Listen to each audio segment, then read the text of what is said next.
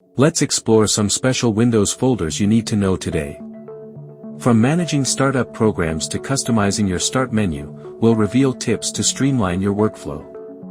Let's dive in. Number 1. Accessing special folders with shell shortcuts. Most of these folders can be accessed using shell shortcuts.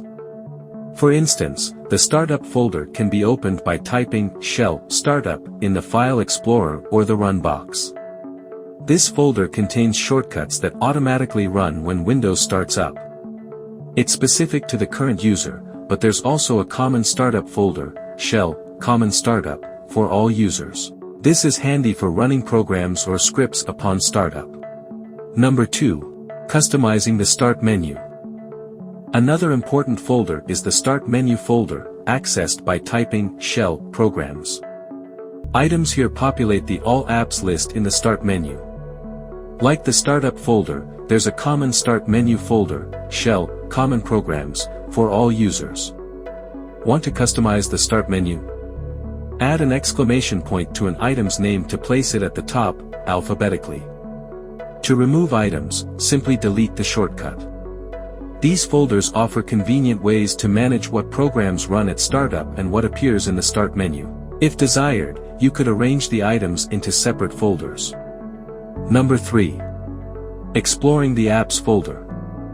Now, onto something more intriguing, the Apps folder, accessed through shell Apps folder without spaces. This folder is virtual, meaning it doesn't correspond to an actual directory. To my understanding, it displays shortcuts to all installed apps. This feature has a utility that might not be immediately apparent.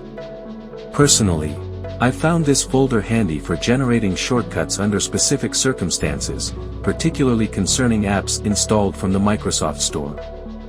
For instance, suppose I want to create a desktop shortcut for an app like WhatsApp, but for some reason, it doesn't show up in the Start menu apps list. In such cases, I can't simply drag it from the All Apps list onto the desktop. Oddly, in Windows 11, you can't create a shortcut from search results or drag it from there, you can only pin it to the taskbar or Start menu. Furthermore, with UWP apps, which are from the Microsoft Store and installed differently, you can't access the installation folder directly due to it being within a protected directory called Windows Apps, inaccessible even to administrators. However, in the Apps folder, which lists all installed apps, you can right-click the desired app, select Create Shortcut. This underscores what I mentioned earlier about its unconventional installation. Number 4. Using the Send to folder.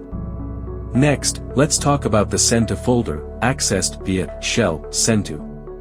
This folder, located in a specific directory, allows any shortcuts you add to appear when you right-click a file and select Send to. Interestingly, the default items in this folder aren't ordinary shortcuts. For example, the zip folder has a file type of ZF Send to Target, while the desktop item is a DeskLink file. Number 5. Managing fonts with the Fonts folder. Moving forward, let's discuss the Fonts folder, accessible through shell fonts or simply by navigating to it. The folder located at c:\windows\fonts boasts a distinct interface designed for managing all installed fonts on the system. Within this folder, users can preview fonts, view them at different sizes, delete fonts entirely from the computer, or hide them to prevent them from appearing in font lists within programs like Microsoft Word. If needed, users can reveal the hidden fonts and sort them based on various qualities such as purpose or design. It's worth noting that font management is also possible through the Settings menu under Personalization and Fonts, albeit with slightly fewer options. Continue to delve into and test out the various features that Windows offers to fully optimize your system. Be on the lookout for additional tech tips and tricks coming your way.